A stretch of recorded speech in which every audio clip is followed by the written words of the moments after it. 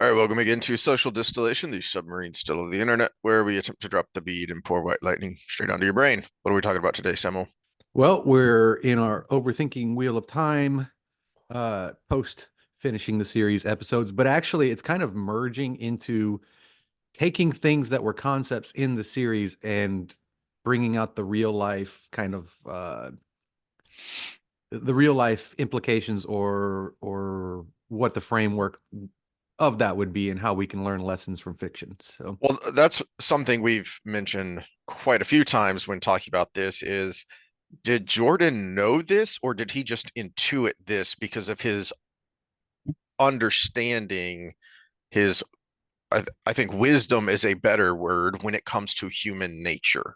mhm. Um, and so getting into sticking with Rand, since that's what we were talking about last time, and I wanted to talk more about him as a character and what makes up his character, as both an archetype, as well as, again, one of the reasons I wanted to pull up a clip from I've referenced before that I had just watched Jordan Peterson's We Who Wrestle with God episode on Adam and Eve, and I couldn't find a good short clip. So I'll just summarize. As he says from the very beginning, we're going to start off talking about stories. Why? Well, one of the things he says is because the Enlightenment rational view is wrong, or more precisely, incomplete, which is actually the people at the time knew it. That is what the Romantics were. And the Romantic movement was a counter reaction to the Enlightenment to say, hey, wait a minute, you, there's another piece here. And both sides, uh, as sides have a tendency to do, elements of both sides went too far. Of From the Romantics actually comes a lot of the postmodernist crap that we criticize. That is an offspring of the Romantic movement.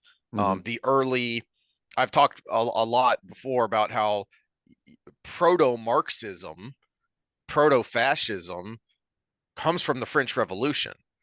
And a lot of what the French Revolution was taking the Romantics ideas and going way too far with them. Mhm.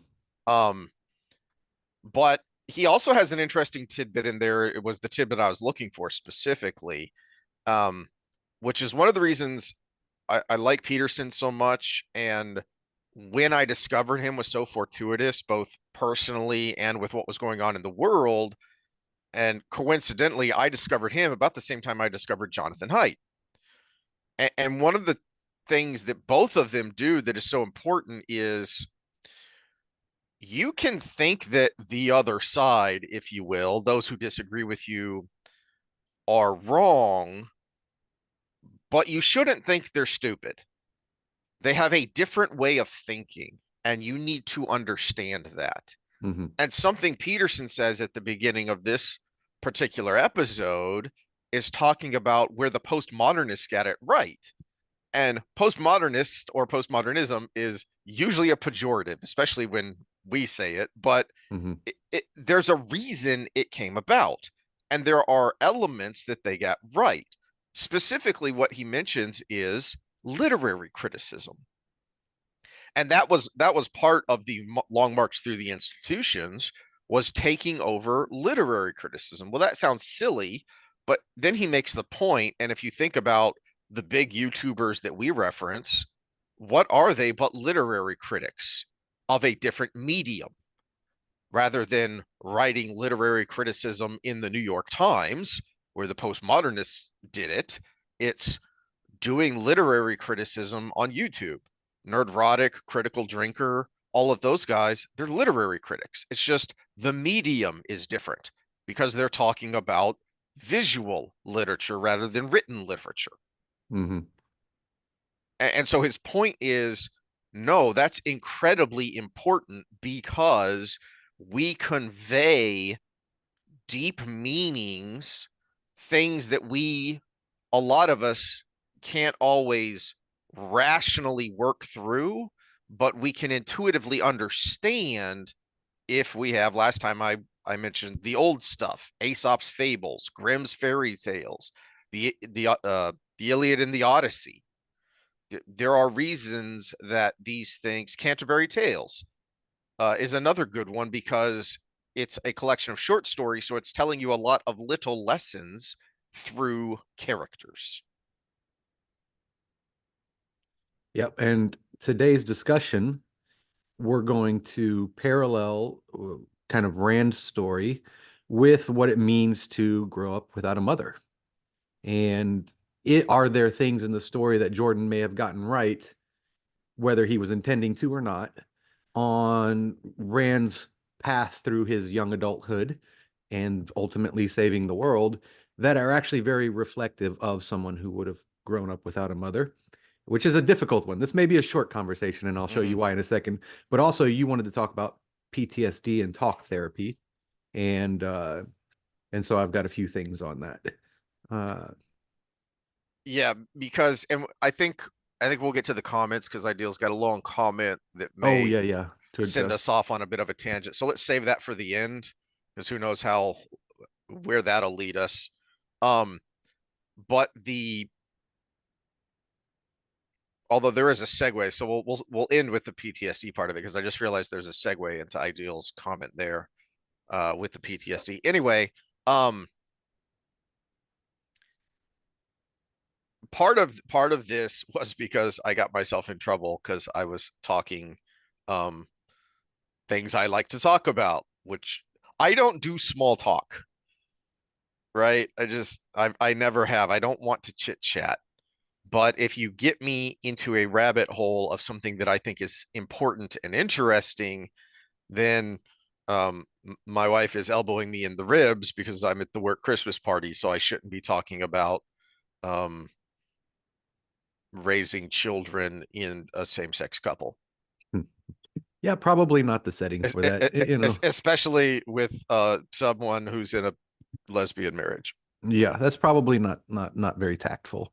But there is a useful small talk is useful because it's kind of like dipping your toe in the water Mm, with a stranger, right? mhm. So you start with small talk and then you very quickly can make the decision of do I want to get into a deeper conversation with Yeah. this person or is it just a waste of time? In my So defense, small this talk. isn't the first time I have talked with this person, so I'm not a complete idiot. I'm just mostly an idiot. Yeah, small talk is based around the things we all have in common. So Hmm. it's the icebreaker, and using small talk in the proper way isn't as annoying as people think it is. I mean, Hmm. oh, everybody makes fun of, oh, how's the weather? Well, we all live in the same weather. You know, if you're talking to each other face to face, you're in the same weather, right? Hmm. So it is an icebreaker, and you can go from there. If you never go from there, then it becomes annoying. But uh, but yeah, that is a tangent we cannot go down here. Right. So let's get to Motherless But Boys, and this is why. well, hold on. The reason I bring it up is because the literature is freaking overwhelming when it comes to fatherless boys. Mhm. And way back, you'll remember when we looked at Murray and coming apart, that was part of his point of that book is fine, you people have been calling me a racist since the 80s when I published the bell curve. Let's just look at white communities. And it is the number one indicator for by far take away race, take away income level, take away every other variable, and a boy without a father is overwhelmingly more likely to end up in poverty, in trouble, in jail, uh, with bad grades, etc., and so forth. Yeah, and now when we're talking about motherless boys, we are at a very big disadvantage here. So this first article I brought up is fathers raising motherless children. Widowed men give their voice to their lived experience, which is kind of an annoying title, but it actually the reason I brought it up is because it highlights, as I'm highlighting the sentence here, what we're working with. Mm, In the United States, there are an estimated, so we don't even know, an estimated 100,000 children living with widowed fathers in the United States. And if you want to talk about motherless boys, I mean, we'll just go by the numbers, you probably cut that in half. mhm. So about 50,000 children to widowed fathers in the United States. And this paper actually goes into the father's experience. It doesn't even bring up the child's experience. So it's 10 case studies that they were able to get from this very small sample in the United States of people who are either willing to talk about it, first of all, Hmm. and also that you can get a hold of in the time frame you're working with. So it's and we don't even have a when the child became motherless. They gave the anecdotes of some of them where, when one of the kids was 10 years old when his mother died. This kid, let's see. Oh, this guy had six children. Ages. So we're not even talking about households, right? In a hundred Hmm. thousand, we're talking about children in general. So that person already, set top his responsibility there. Yeah, I So misread that sentence too. That isn't fathers, that is 100,000 children yep. living with widowed fathers. So So the father number would be even lower then. yeah, so when you're talking population data, the more you have to pull from, the better your studies are going to be. And so what I had to do when I was doing my homework for this was a lot of uh, abandonment situations where mother left, a lot of orphan situations, but that's without mother and father, a lot of and then kind of piecing together with these widower stories, and kind of putting it all together because there are some things that seem to be universal depending on the situation, and we can probably, if they're universal depending on all of those situations, we probably could say that that might be due to the causation may be the mother being gone. So but yeah, it was a difficult one to research. Not a whole lot. The white pages in my databases that I had access to, we're talking like 12 out of an entire country's NIH funded database that you can look for. PubMed, uh, Scholar, all of those, the university databases, everything. 12 papers would come up, and three of them were repeats of the one I just showed you. And yeah, not to go too far down the rabbit hole on a tangent, but that was the whole point of, and again, yeah, there are those who take it too far, but the whole men's rights movement was we have grossly over corrected in one direction, which that was that for decades, going on a century now, the legal and social framework for split households was, well, the man is just the provider. He Mm-hmm. provides for the household. So all he needs to do is financially contribute to his children. He doesn't actually have to be there. Mm-hmm. And we very quickly learned, and yet haven't done anything about it, that well, no, actually you need that father figure. Even if all he is an example, he needs to be present. You need that masculine example for a boy. Mm-hmm. Yes, mothers are better at mothering, duh. Well, actually, not duh. I guess I just got canceled there because men can have children now too, apparently, because it's a brave new world. Well, but some men are very good at nurturing, Hmm. and I happen to fall into that basket where I'm pretty good at that. And actually, my baby mama is a little bit more mechanical about things sometimes. But when it comes to discipline, as he grew up, then it shifted again, where I was like, no, suck it up, buttercup kid, where she will give him a little bit more and kind of bathe him a little bit in affection. Hmm. So it was actually the opposite when he was very young, and then kind of shifted as he got older, because in my mind I was like, well, you're ready for bigger steps, buddy. And so but yeah, I had you look up and you said you found it in the wiki. Apparently Yeah. Rand So the officially was 5 years old. well, according to the what.fandom.com wiki that I've been using, it, I, there's sources here, and I don't have it at hand because I gave my copy of The Eye of the World to my son because he's going to start reading the series when he has time in between classes. And I remember this part from the wiki. Uh, she died when Rand. This is the entry for Carrie L. Thor, is what I looked up. She died when Rand was very young, and he scarcely remembers her. and I remember this line, and it's from The Eye of the World. I don't remember how it came up. Rand remembers her as a good mother with a kind smile and gentle hands. Now they do give a year, so maybe there's a glossary entry somewhere, and You know what? I got to get the cheat book. Hold on. that might be where this comes from. It just dawned on me. She died in 984 in E, which when Rand was 5 years old. So her death year is I assume where they're getting that definitive age because of his scant recollections. I always assumed around 3 or 4 because I have vague recollections, images from when I was that old. That my earliest memories are 3 or 4 years old. Um, so that's what I was assuming. But to, uh, to your point that you were getting to is that matters a lot. How did you spell her Bec- first name? K Kari. Kari. Yeah. Um, Oh, here we go. Uh, because that it's like 3 to 5 years old is ridiculously formative, right?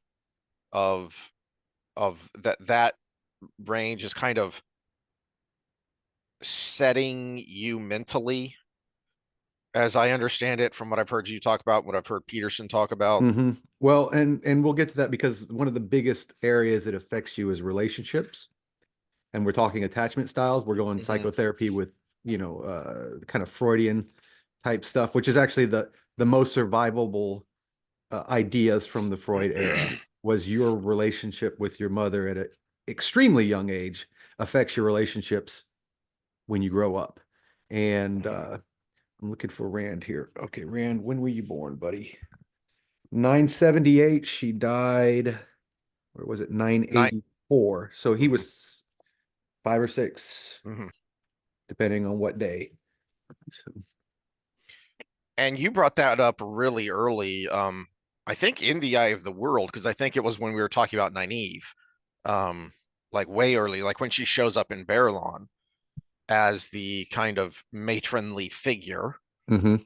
And that's a big deal to Rand. Yeah, well, and I wanted to bring her up Because too because she's a motherless girl. yes, yeah, And there's an interesting parallel and there. we do see some parallels in their relationship style if you really think about it. Uh, but yeah, so this is actually, let's go back to birth. His birth mother died before she could ever even breastfeed the boy.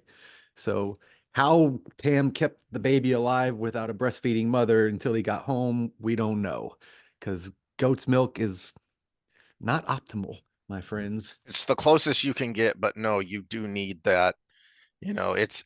I guess all we could say is it's because he was fated, so the light protected him. Yeah, we could probably, yeah, he's faded, the light protected him, or we could assume, well, he was 6'6", he should have been 6'8", and he was super smart, but he could have been smarter. Uh, Yeah. but that actually might have protected Rand in one way, is he actually didn't develop that implicit bond with Carrie Althor because she's not going to just miraculously start lactating as soon as Tam Hmm. brings Rand home. And when she passed, that actually probably would have made her passing easier on Rand because even though he developed this consciously mental bond with her, he didn't have that implicit chemical bond that forms during breastfeeding. Yeah. Something else that was in the wiki that uh and their citations are only The Eye of the World and A Crown of Swords, and I do not remember this in the books at all, which has made me scratch my head and say, where did this come from? Because there's also isn't a footnote on it, which is that apparently she had 2 children, a girl who died of fever in infancy and a stillborn boy. After that, she could not bear children anymore. I do remember something about that where she couldn't have, Pam was thinking in his own head, she couldn't have her own. No, he was saying it when In his fever in dream. his fever dream. Yeah, Yeah, she because she couldn't she have could, children. yeah, she couldn't have children. So apparently, somewhere else, it is revealed that is because of 2 difficult pregnancies. It would seem, Hmm. um, Now, if one which of those was very recent to Tam coming home, That was what I was thinking. That then she could have been lactating Yeah. still at the time. But that, I mean, it would have to be like really close, and Tam was off at war, so I don't see that She being followed him realistic. on his campaigns. Oh, did So she? she was a camp follower, Oh, which would make sense because he was an officer. hmm. So he would have more privileges and Well, whatnot. then if Uh, nobody knows any better, we can assume maybe that one of them was recent. And well, speaking of Tam's being out on campaign, a thought occurred to me while you were talking that I hadn't really thought of before in this context, and I'm curious what you think about this. Is I find it interesting, and I think some people make note of this. I think even Rand thinks about this, about how odd Tam is because he left, mhm, and then so does Rand and his friends. Well, Rand is not genetically Tam's son, but whatever the raising, that youthful exuberance, if you will, you get. I do anyway. When I read a Tam's pet, where he's actually there, and then also where people are thinking about him, I get the impression that though he is very stoic in his middle age, he was a hot-headed youth, mhm. and you Well, get you've that, got to be to become a swords master. Come on. and you get a little bit of that with his self-deprecating talking about his youth. That okay, yeah, that hot-headedness may have made me a sword master and helped keep me alive, but there's a lot of that I regret, and that's not who No, it's he not is what made him a now. swords master. It's what got him on the path to becoming a swords Okay, master. yeah, better Because way to the put it. stoicism is how he became the swords master. He had to Yes, start with the adventure it's a good point. and then become the adult. Yeah, and then this also just occurred to me. Part of the point of the Wheel of Time, of Rand's story for Jordan, part of the genesis of writing this was taking the chosen one trope and turning it on its head. Hmm. And it just occurred to me that the actual chosen, the truer, more pure, if you will, hero's journey is Tam's story, and we never actually get it. We just get bits and pieces of it. So to me, that's very interesting. Is that Tam goes off on a very traditional hero's journey, and then comes back with this boy who's the actual chosen one, who's going to go off on this slightly altered hero's journey. But I find it interesting that even though he is a different person when he raises Rand, something about that must rub off on him. Because you do get, and I think that that may be a big reason why, under the surface, that that last scene with them that I love so much, of that sparring session, why it's so good, because Tam knows Tam knows the journey Rand has been on. Hmm. Not to the severity. He didn't have to suffer through what Rand had to suffer through, as far as the intensity, but he went on the same journey. And then now he recognizes that his son has come to a degree of wisdom, which is where Tam ended up. Hmm. After the Aia War, he went off to, do something with his life, got to get out of the two rivers. It's so small and stifling. And then it was, I'm gonna go back and I'm not leaving again Hmm.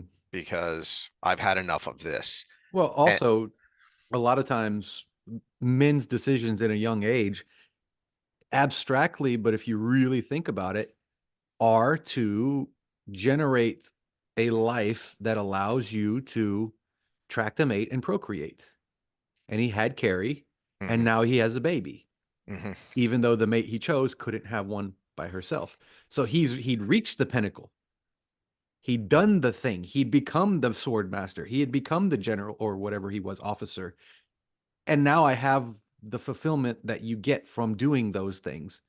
So now I can go ahead and settle down. That's a good point. And you know, you except for the 9-month pregnant woman doing ninja moves, it's one of the few scenes I actually liked from the series was the blood snow scene, mostly because that actor is so damn good that they didn't have to show you what Tam just went through in the battle to have you feel what he went through because the actor did such a good job of, I mean, what Tam says in the fever dream of I had to get away from the battlefield. I had to get off by myself because holy crap, was that awful.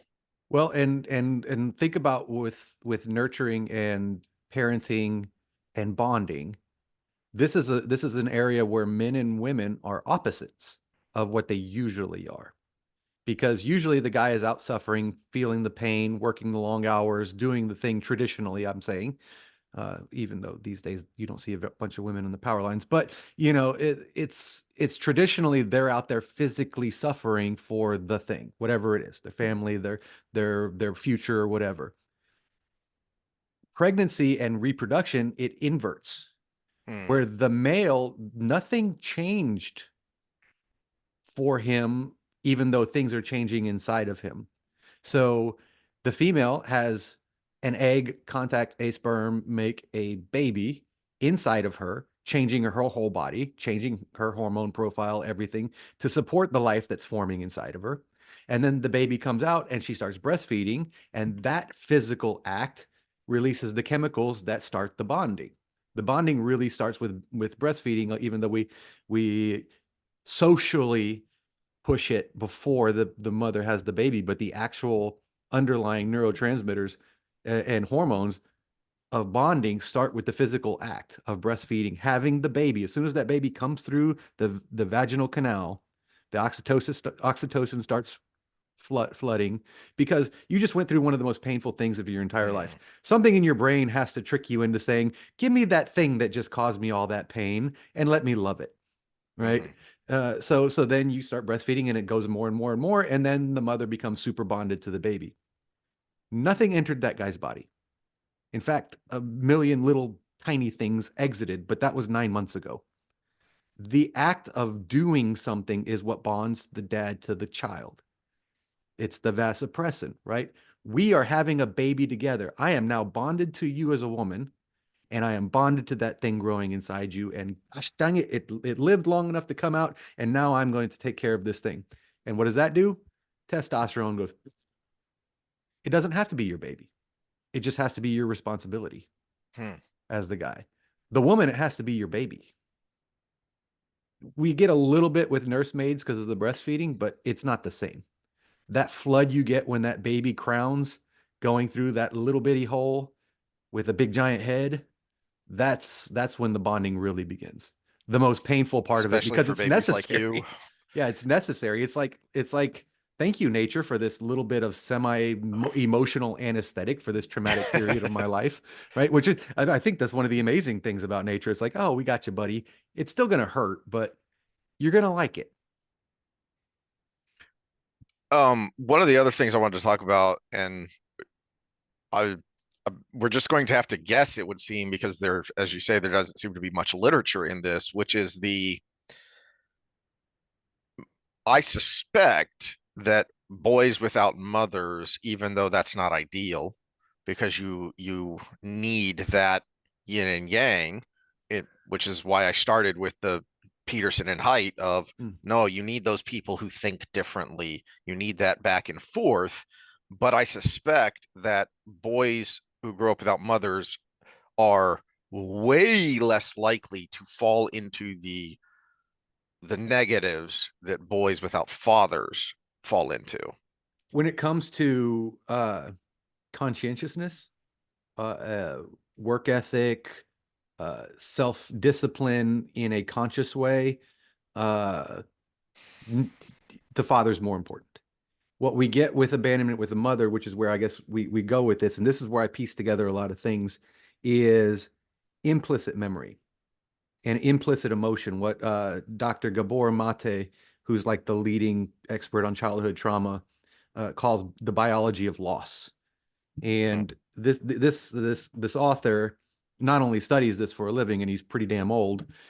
He he was a young Jewish baby post World War II whose mother gave him away to a random stranger so he could live Hmm. because they were destitute and not going to live. She could not take care of him and keep him alive. So she basically handed him to a complete stranger and left. And it was in adulthood where he realized something inside of me is making my life hard. And it usually manifests in relationships. What we when we have relationships with our mother that are good and they're there in the times of need when we need them, they're nurturing when we need it, and they also transition into the kid growing up properly, which we're not talking the overbearing mother here. We have what we call a secure attachment style.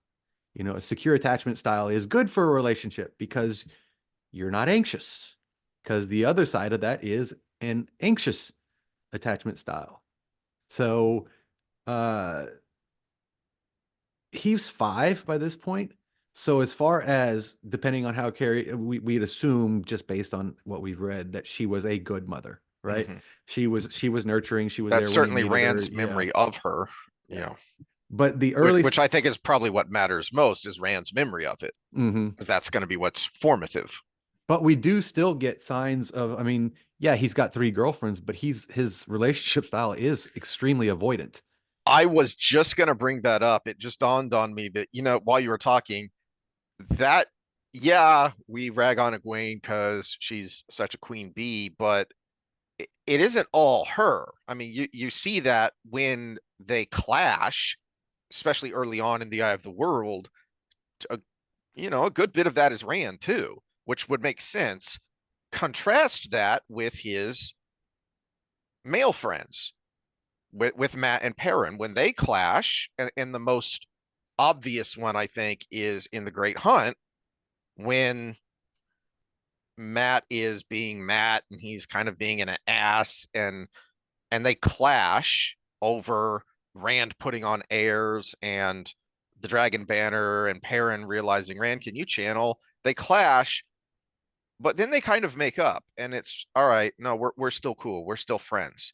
So even with that separation that comes, his male relationships, his friendship with Perrin and Matt through it all stays strong versus his relationships with women are unconventional to say the least. Well, and what's one thing he continually tells himself in his head? How can she love me? How Mm-hmm. can she love me? And this is internal self-talk we see with people with a lot. There is a lot more literature on negligent mothers. So mothers that just basically don't take care of their children. They're either on drugs or they're just not good mothers to begin with. They're narcissistic and only thinking of themselves. Usually a combination of all of those things. Uh, they hate father, so they leave, but they can't support child, so they leave child with father. You know, that kind of thing. Then that usually leads to the young male growing up with this internalized, and again, I use the word implicit for a reason because it seems like, well, let me go into that because but this internalized not good enough. If mom didn't love me, what woman will love me? Kind of feeling that's in you. And it is deep down in there. It's not usually a conscious thought till someone pulls it out of you like a therapist, right? And then you're like, oh, that's my problem. I got mommy issues, right? Eh, But it's an emotional regulation, which I talked about fatherless. It's a conscious regulation, self-control, self-control, this or that. When you have, we're all drawn in different directions by emotions all the time, and you don't know it most of the time. So if you don't know it, you can't possess self-control. So if you're making decisions like we'll go with Rand, avoidant, just kind of withdrawing in on himself, saying I'm not good enough for these girls, he's doing that implicitly. He's not mm, doing that by saying, well, if a relationship takes this much work and I can put in this and da da da da, and if I keep my job and do this and take care of the baby sometimes and relieve her, and this is going to be a happy marriage. That's a conscientious way of looking at a relationship. Where the other is, how can she love me? I need to withdraw and self-fulfill prophecy in the long term, right?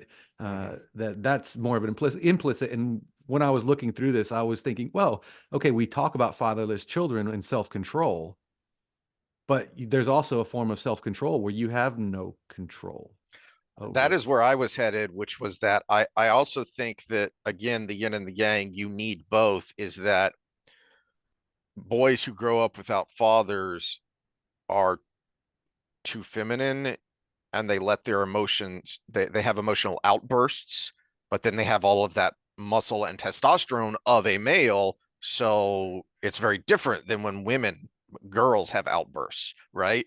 Well, but you still do need that emotion, because especially with someone like Tam, a more stoic individual who's seen some shit, right? And so he comes back more stoic, a little more bottled up, and that's Rand. And you see that later when he's becoming hard instead of strong. Is it seems to me that that lack of a mother or mother figure is going to feed into that, because all he knows is, oh, bottle it up, be stoic. Well, yes, but you still have to recognize the emotions. The emotions are Mhm. still there.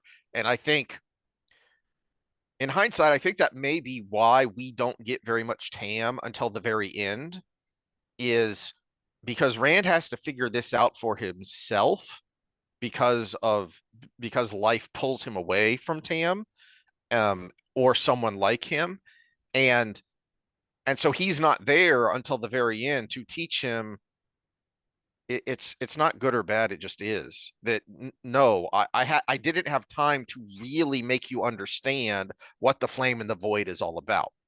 And you get some of that from those Tam perspectives during the last battle of, I'm not I'm not crushing these emotions. I'm just accepting them. And what is. And Rand didn't have enough time to learn that lesson from Mhm. Tam, and he didn't have the feminine role model to help him learn it implicitly.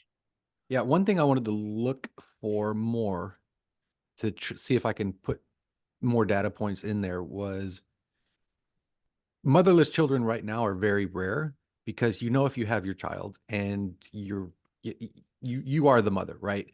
It's easier for a father to abandon a child, and once you've gone through that, you're likely to do the thing you need to do to take care of your child. Uh, but in the past, mothers dying during childbirth was very common. And what I wanted to look for was historical accounts, and it's a little hard to find. And if there were any very high power historical figures whose mother died in their childbirth, kind of thing. If there were traits associated with it that we could probably piece together. But yeah, he's not only is he overly stoic, but it's weird. His avoidant attachment style was very secure because he would have the internal thoughts of, well, why does she love me? I'm a lecher. I'm a this. I'm a that.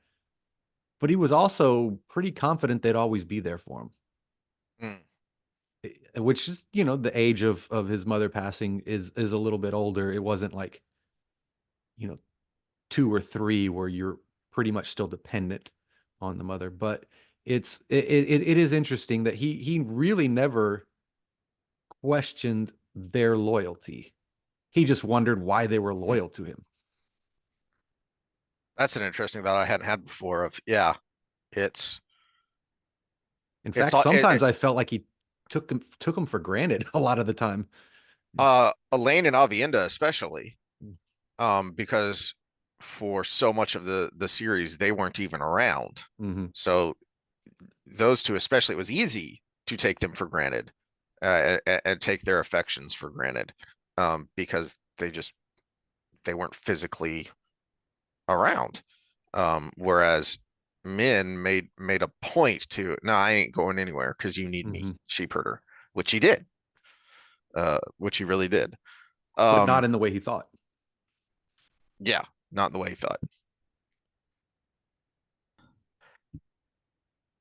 All right, so this segues us to the PTSD thoughts, because of the shorter comment from Ideals from last time, uh, which I hadn't thought about before, and I really like this idea, that the body swap is something of a reward, if you will, from the light, because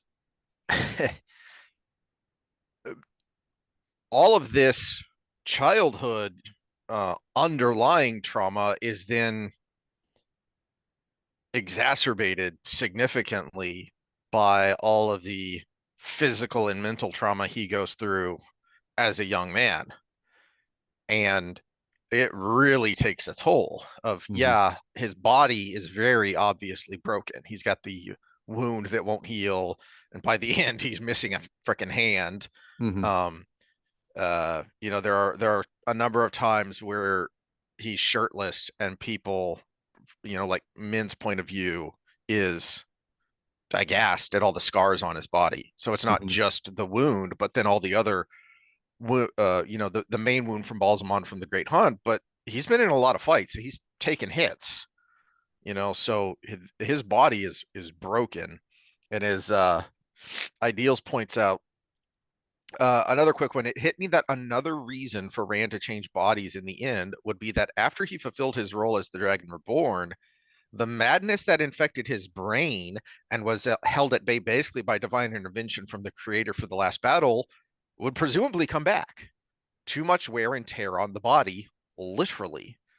And I hadn't thought of that. Is that, yeah, is there's going to be all of this psychological damage from, you know, what he's been through and how that affects him. Hmm. But then there is a physiological component to that, which is what happens to those barbs in his brain? Do they go away when the dark one is sealed? Presumably not, because what what I take that to be is that Nynaeve just did an MRI on these guys, Hmm. right? And so those black barbs are a physical representation of something that, while it occurred, while the cause was supernatural, the effect was not, is what I Hmm. took that to be. And so, yeah, he's not just physically, but mentally, his brain has taken a beating. Hmm. And so switching to Moradin's body doesn't just give him a fresh start because now no one knows who he is, but it gives him a fresh start, physically and mentally. Yeah, it was a metaphysical representation of what would be probably manifested as lesions in the brain from whatever trauma Mhm. they experienced. And you had some, did you pull up some stuff on PTSD, or did you have Yeah, some thoughts on, because yeah, because so I'm assuming you want to go in the direction of it healing based on that comment, right? On yes, on but on it getting better. I didn't know where this was going, but that's actually the direction I went well, anyways. the first thought I had when I was thinking about this, I was trying to pick one thing because the most obvious PTSD moment is getting locked in the box. I mean, he was literally tortured for weeks, I think it was.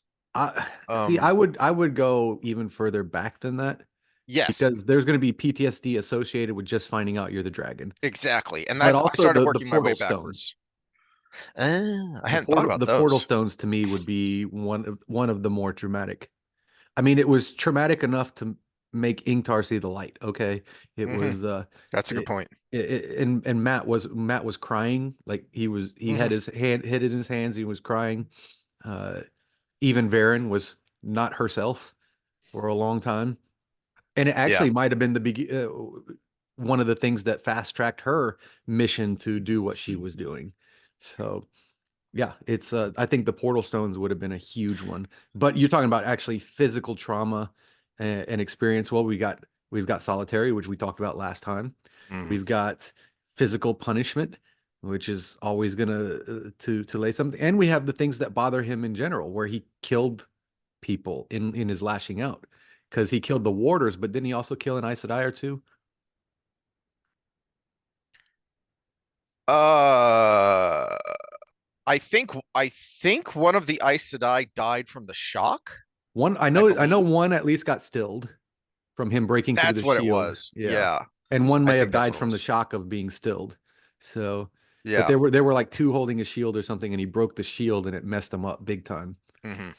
Uh, but yeah, it's one of when the shock of her warder dying because he killed him with his bare hands. That may have been it. Yeah, they didn't think to tie him up because they didn't realize he knew the ideal way of killing people with your hands. Yeah.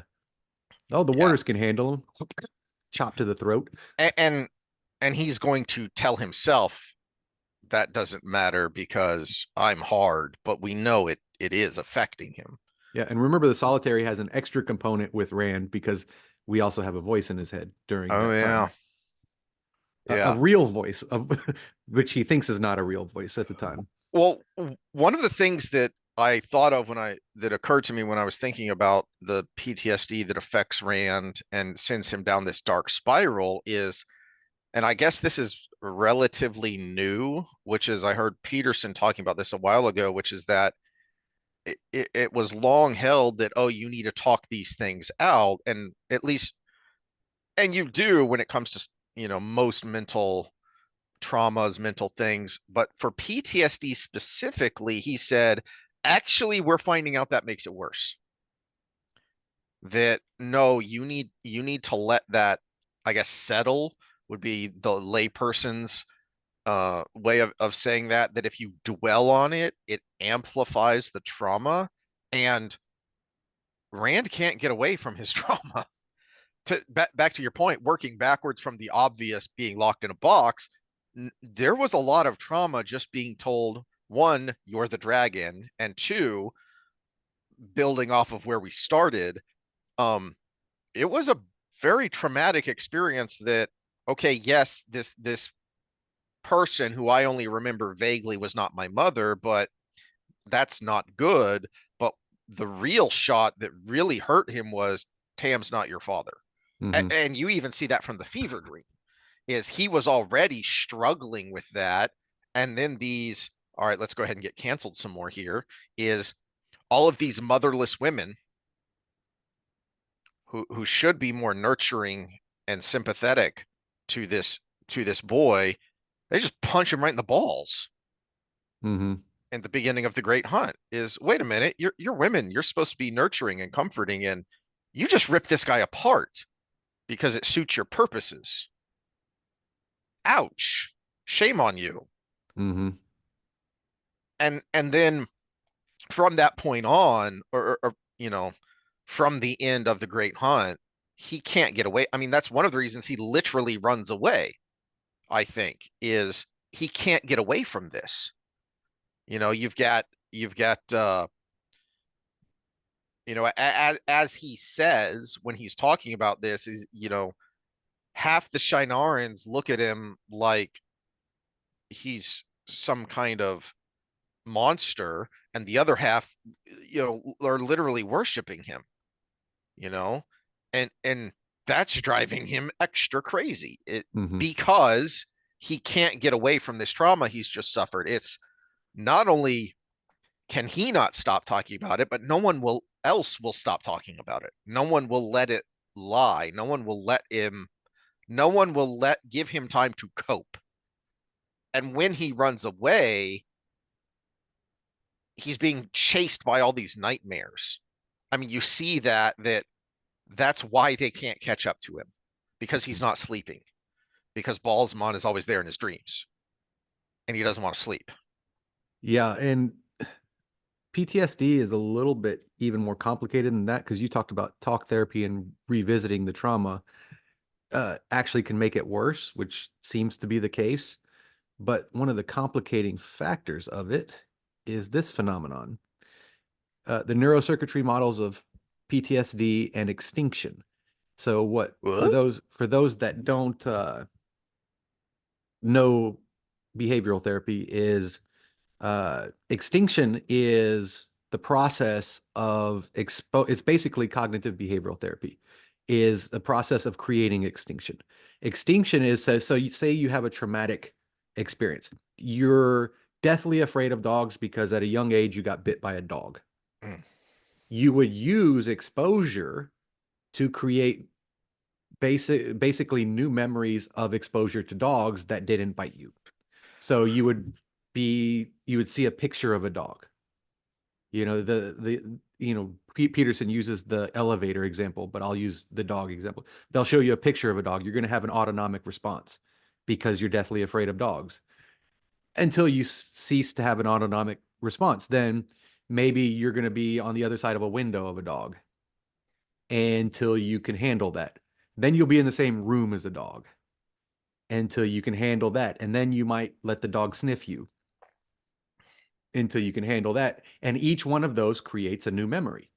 And they're a memory that extinguishes, it causes the original memory to become extinct. And that's how cognitive behavioral therapy works, is we create extinction memories. The problem with PTSD is something's wrong in the circuitry where when Hmm. you create the extinction memory, so say mortar blast makes someone, that was the original traumatic memory. Mortar blast killed all my buddies next to me, right? Fireworks make me jump under a bush and I can't get out for 3 days because of that, right? So then you would be exposed to maybe a popping sound on an earphone or something, or you go through that, and eventually, if extinction worked, you'd be able to see a firework and be like, "Oh, I'm Hmm. safe," or even watch someone fire a mortar without it affecting you because you weren't in danger, right? That's how extinction would work. But for some reason, in people with true PTSD, those memories are going somewhere we don't know where it goes in the brain. Maybe the anterior cingulate, which is not good because that's purely emotional. It can't rationally say, oh, that was a firework or it was a mortar. All it knows is pop. And these extinction memories are not sticking, or they're sticking somewhere where they can't be distinguished from the original act, the original stressor. So they're not going to the prefrontal cortex where they're supposed to go. And just because replication is great, we got another paper on the exact same thing. All right. So slightly different methods came out with the same result. So this is what complicates PTSD versus just trauma. Well, so that's interesting because that really ties together a thought that has been bubbling in the back of my mind since we've been talking here, but then also to Ideal's point about the divine intervention of the light covering, as you said, what would probably be best thought of as lesions on the brain. So damage to the brain from Mhm. all of Now, this trauma. now what we do see is lesions in the ventral media prefrontal cortex, which is where the good memories would go to be processed. So And so theoretically, if we could figure out how this circuitry works, and there does seem to be some movement in that direction with things like ketamine treatments. We don't know. It's still too early to say. well, I do have that paper up, which is Okay. yeah. So yeah, but go ahead and do your full spiel, and I'll But put the the the put the thinking witchcraft behind it. being that hopefully, ideally, that leads to some understanding of this circuitry. And then if you can remap that circuitry, so to speak, then the cognitive therapy would work. So taking Rand as an example, how how did he achieve what he achieved? Well, he and Luz Theron integrated, which means now he has all of these other memories, all of these old memories of growing up in a stable household, of raising a stable household. We know Luz Theron had lots of children. You know, he has all of these memories to draw on to say, hey, it's going to be okay. Hey, we've been through bad stuff before and we're going to make it through. Yeah. So this is emerging treatments in PTSD, and as you brought up, ketamine, but Mm-hmm, we've got all kinds of other different things being used, and it's not quite the same as the extinction memory protocol. mm-hmm. They're actually using it to create false memories Oh. because it's a different pathway, and it seems to be working. Seems to be working. It's at least having good short-term Mm-hmm. ramifications. So, I mean, if it helps somebody for a little while, that's better than nothing, right? Yeah. So, so Well, yeah, I've mentioned before that I'd heard from a mutual friend of a affable gentleman is when I was talking to him about it, and he said, "Oh yeah, I know about these things because the one of the few good things the VA has done lately is if you call them and tell them you're feeling suicidal, they will say, 'Can you safely get to the nearest VA, which is here to you?' And then they will call ahead to that facility and they will have a ketamine treatment ready and you will go straight in. You will not have to wait in line and they will take you into a room and administer a ketamine treatment, which is so far having very positive effects Hmm. for suicidal vets. Yeah, and that, well, it takes you out of that frame of mind, Mhm. and the the one one book that every therapist that works with anybody who might be suicidal should be just handing out like candy is one where they documented survivors that threw themselves off bridges, like the Golden Gate Bridge and stuff. Mm. The people who lived to tell the tale, but were trying to kill themselves. They're not like survivors because they didn't jump. They're survivors because they jumped and something miraculous, they hit the water just right or whatever, and they didn't die. Uh, and someone was able to fish them out before they died. And they all talk about regretting it, but they don't regret it because of the physical ramifications of being almost dead and hurting. They said the regret started as soon as they let go. Hmm. As soon as they let go was when the regret started. And that tells you all you need to know. All you got to do is just not let go. And ketamine can take you out of that frame of mind long enough to make the decision not to let go. Well, that is again interesting because back to, did he know this or did he intuit this? That's what Rand was doing when he had his, integration, is he was on the verge of letting go. He was at Dragonmount with the key to kill himself and the world. He was contemplating cracking the world open like an egg, which Yeah, the ultimate murder suicide. which he could do because the coding call was that powerful. It could literally crack the world open. That's what he was on the verge of doing, and then he didn't let go. He something reached him. It was that, you know, that guy who steps over the ledge with you and says, "Okay, let's go together then." Hmm.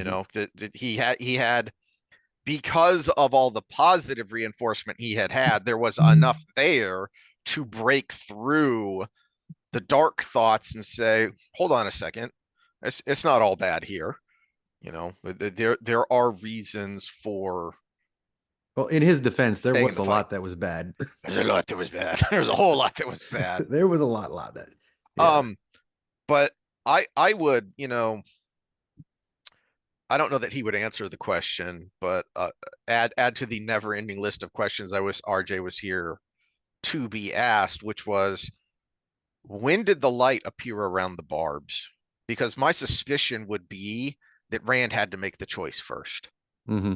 I Because would assume that too. Yeah. that's the way everything we see about the creator and the pattern, that's the way it works, is free will is important. And if humanity chooses to go dark, well, that was their choice. So I think he had to do that without the help of the light. I think the light came to help him on the new path once he had made that choice. Well, we see that growth with Min as well because remember in book 2, she's telling Perrin, "You can't do anything for this girl. You can't do anything for the girl that got her head whacked open by the Trolloc. I think it was a Tinker messenger. Or Yeah. yeah, you can't do anything for her. You can't do it." But by the end, she was like, "Well, maybe it's not what I see. Maybe things can be done." And that was where Rand ended up. Oh, maybe this whole thing, maybe I'm wrong about the fate. Maybe my fate is what I make it, and because I'm making it this way is why it's fated. Interestingly, what started that with Min, I think, was trauma, because it was what filled her with doubt was Moraine dying, Hmm. because she'd had visions of Moraine that, wait a minute, I saw her doing all these things and now she's dead. So what does that mean for my visions? Hmm.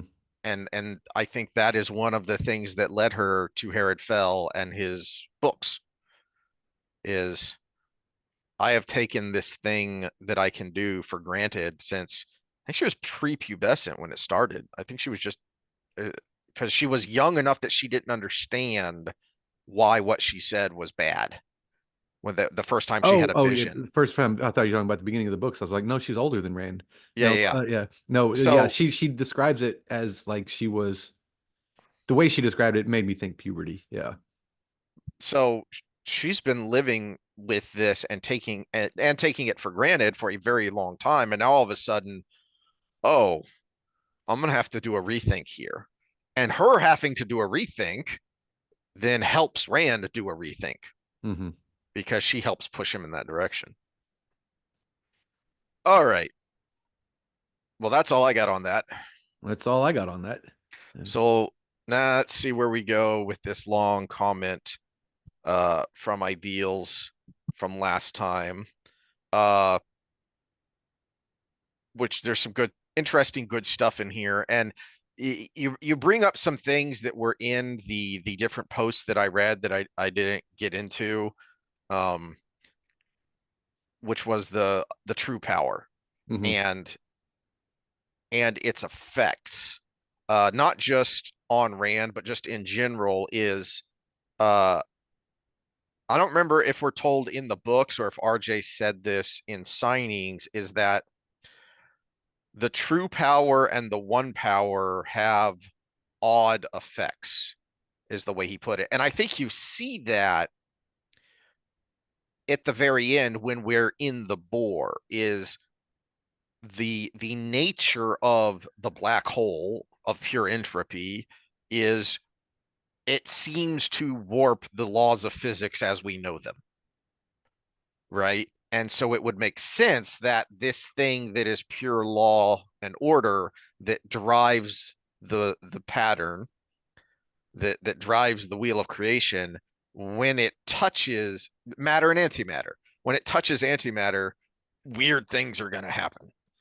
Um, and so there is something to not just that it was the balefire of the one power and the balefire of the true power touching that started all this, but then as Ideals points out, it's probably exacerbating this because of the link that creates.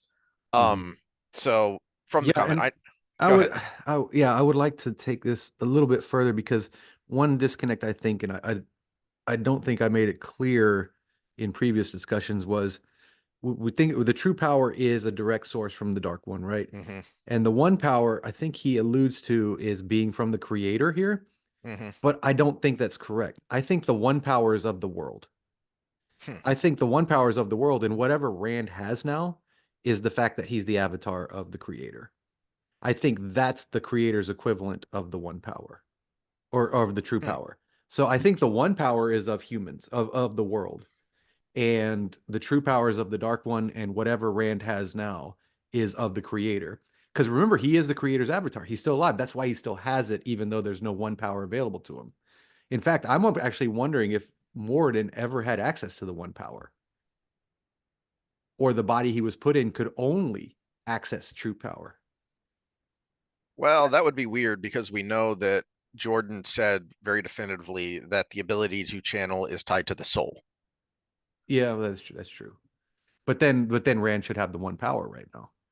So I which was think, why it was so weird. Yeah, and why I still have so many questions about that is wait, but and how did that he's not happen? burnt out because you can still sense the source if you're burnt out. And So, that was why that scene is so weird on so many levels, is he's not burnt out, he just there is no ability there, but wait, but it's the tied to the soul, but wait, he's relieved. but the true power is given by permission, not by your ability to channel. We never get it. Yes. We never get an explanation for that. So, I mean, whether Morden could actually channel or not, we don't know. I actually think the body couldn't, and the Dark One used that body to, Well, but gave let's him access to the true power. But on the flip side, the one power being of the world makes it important because if there is another entity that or another form of the power that I don't know what we'd call it with the creator, that I think is what's left over because he is the avatar. Because look at the flip side to that. Morden was not the avatar of the Dark One.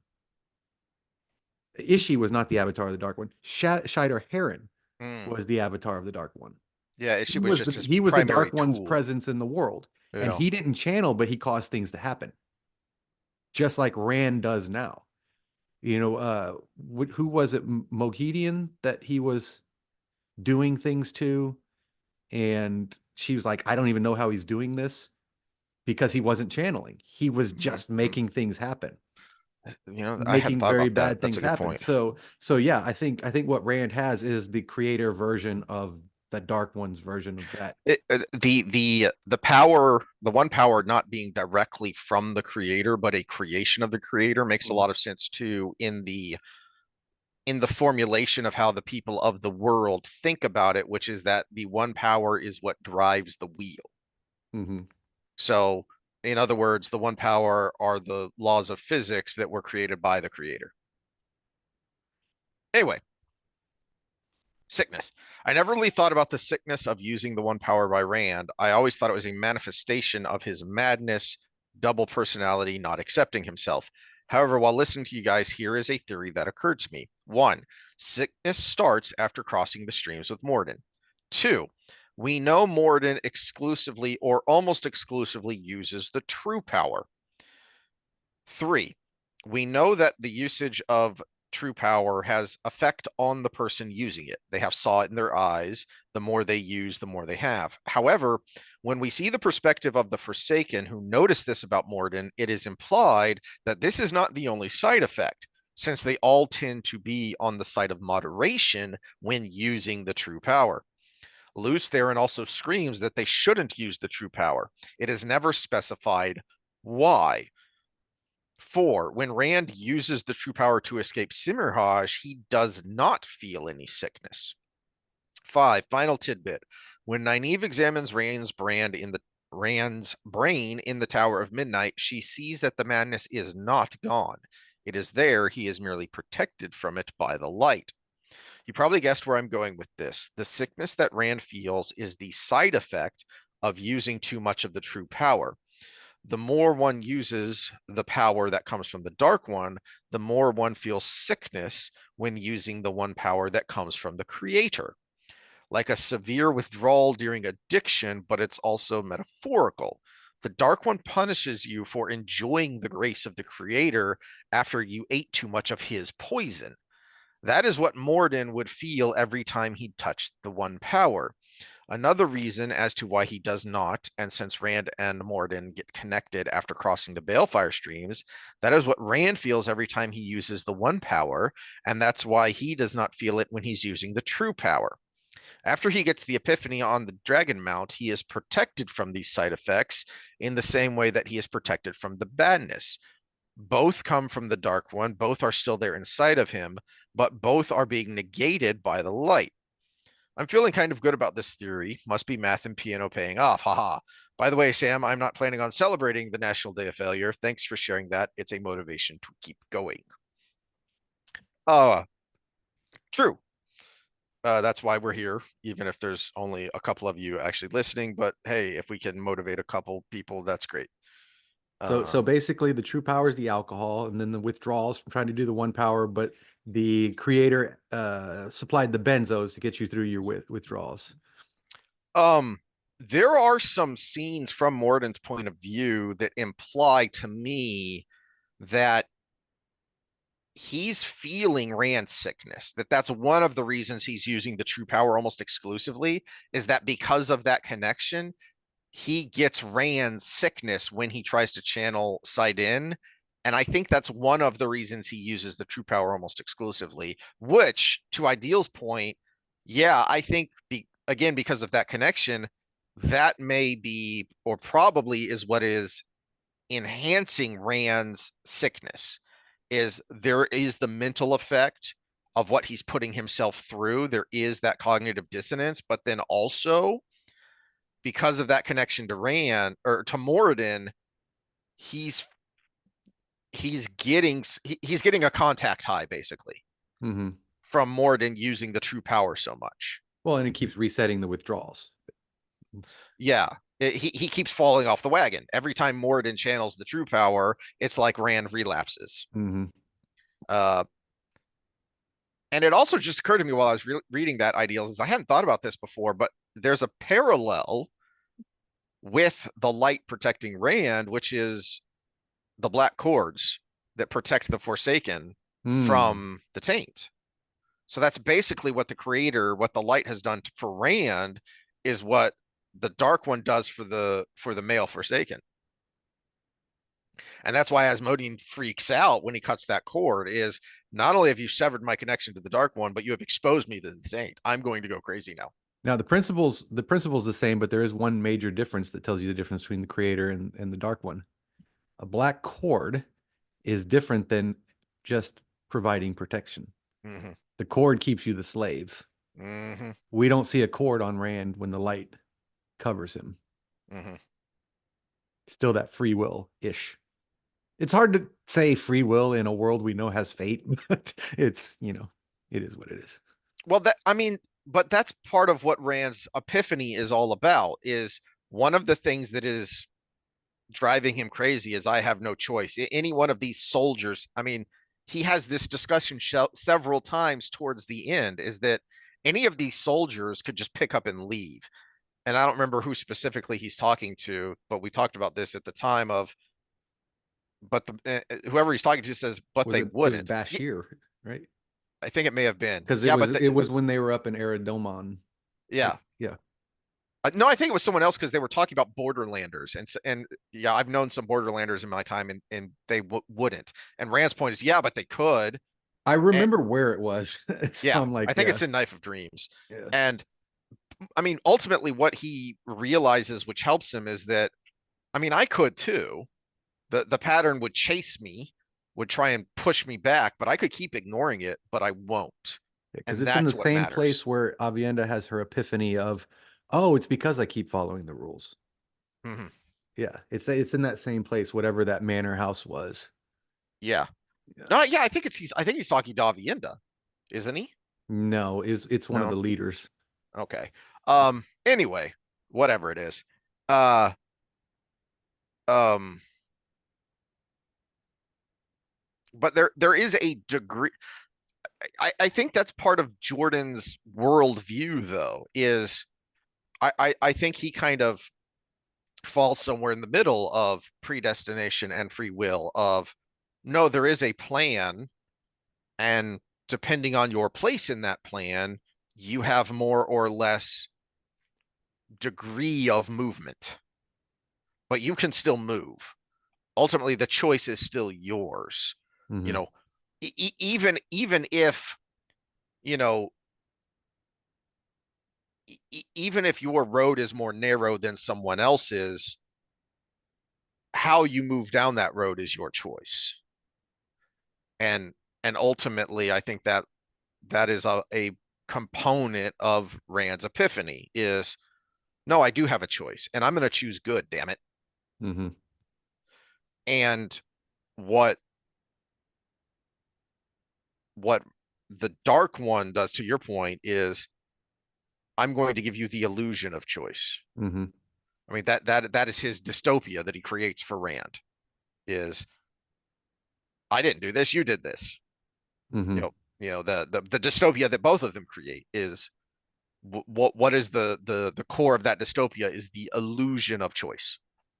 You know, one, I took away their humanity. I took away their ability to have any sort of empathy. And so they'll just shoot someone on the street and not have a second thought. And Rand's is I took away evil, so we're all just automatons, you know, where the Lego movie, everything is awesome. No, no, it's not. You're just a block moving through being moved through the world rather than moving through the world. I thought that was going to send us down some rabbit holes and tangents, but I think really that just kind of sums up nicely and adds to what we were talking about last time of well, here is a thought that I did have is um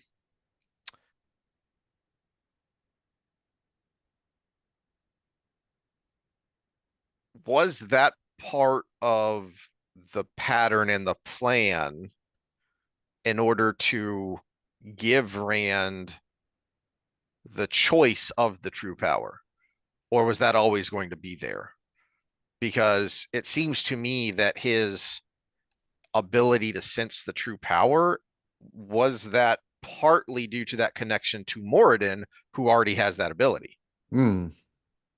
That would make a lot of sense because other than the fact that the Dark One loves chaos and he was still intent on converting Rand at the time and didn't want Simmeredge to kill. See, my initial thought was the Dark One himself gave him permission because he didn't want him to die. Mhm. And of course, Dark One figured out, oh, you know what? Simmerhaj is past her emotional point of keeping this guy alive. She's made it personal. And we know what happens when she makes it personal.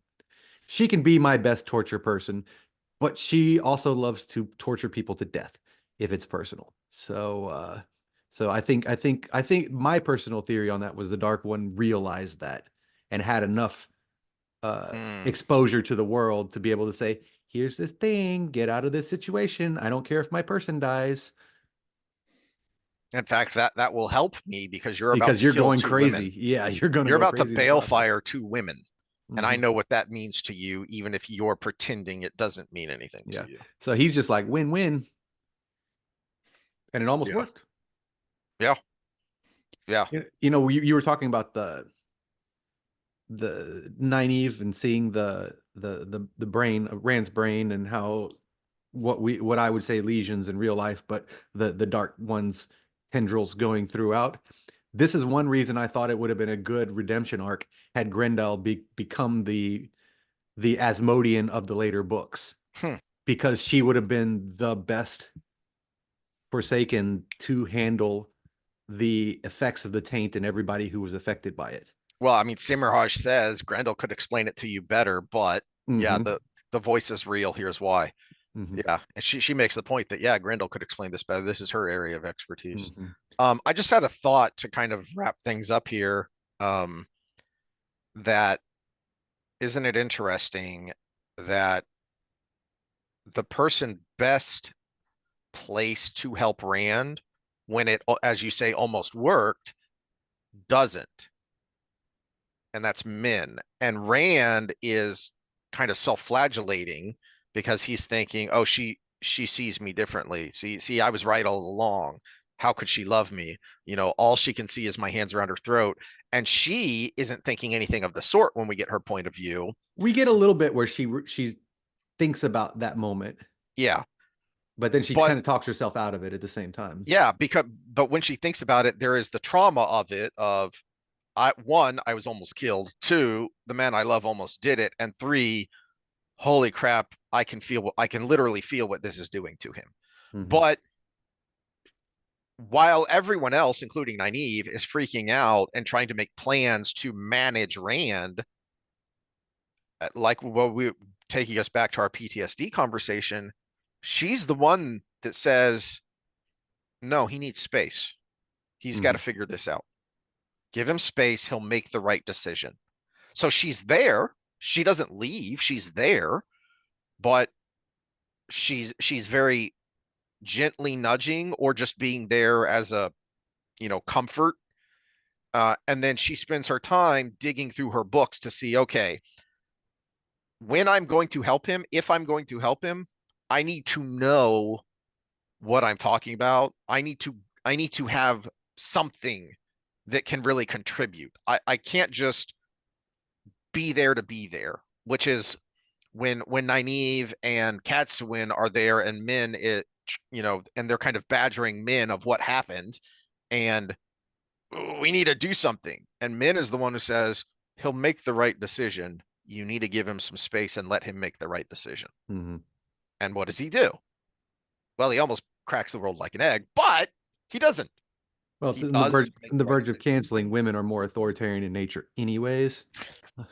Everybody talks about the patriarchy, but put a woman in charge, see what happens. Yep. Have you ever been in a classroom? Sit down, shut up, listen, do your work. Don't Yep. fidget. Yeah. Yep. All right. Well, now that we're canceled for the seventh time this episode, And uh, speaking of canceled, we will address uh your comment ideals as our main topic next time because I do have some things to say about that because my bleeding heart liberalness, I guess. But I'm pretty sure it will be an agreed upon topic. mhm. Now, as far as your resolutions and quitter day, thank goodness you're still going on and keep going. And I will be joining you on one of them because one of my classes this semester, which I just started, is called skill development. And we have to learn a new skill.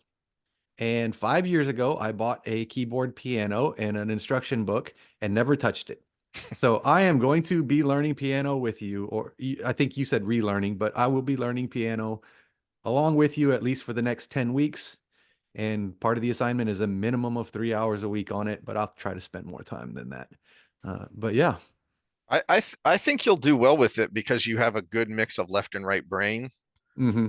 So the left brain will help you learn the notes and the reading, but the right brain will help you with the musicality part of it, which I could Hmm. never get. I could read music and I couldn't make music. Yeah, I'm gonna do the initial kind of instruction stuff, but I think I want to try to shift towards maybe more jazz piano because I am more right brain dominant, which would get to the going with the flow and being creative in the moment kind of aspect to that. But yeah, I'm gonna do it traditional style first, just because I mean that's the easiest to get material on and do that. And I think it'll be the easier because one of the things is you have to pick a skill that you can actually track progress, and we're going to be learning techniques for skill development all year, and we have to apply them and uh, basically write reports on how what we're studying in class is relevant to what we're doing with our skill and all of that stuff. So part of the homework assignment is learning a new skill, which is actually kind of cool. If I'm going to spend hours a week on a class, and reading some of these papers has been very boring because they're crappy papers. But if I'm doing something for myself at the same time, that's like win-win right there. So I've heard bad things about the professor, but I like the structure of the class so far. Statistics is what it is. Statistics, experimental this time. And apparently we have to do experiments on class members. And I have no idea what that's going to entail. Although I will give you demographics. This one here. This is good. This is good information. Psychology department, statistics, spring of 2025, 25 students, two male, three that are they thems, but they're female. As far as sex, their gender is they thems. But four out of the 25 Caucasian. We're a minority majority city in Houston, but not that minority majority. So that tells you what the department looks like. Oh my. Yeah. Well, that should be fun. And to tease anyone who hasn't looked at the comment from last time, it's about race. So it could get spicy because that will segue into us talking about football, which is like, Gosh, I was 100% on my predictions until Sunday night and Monday mm, night. mhm, Because now even Sunday night was, I'll call it 50% because I said it was going to be a close one score game.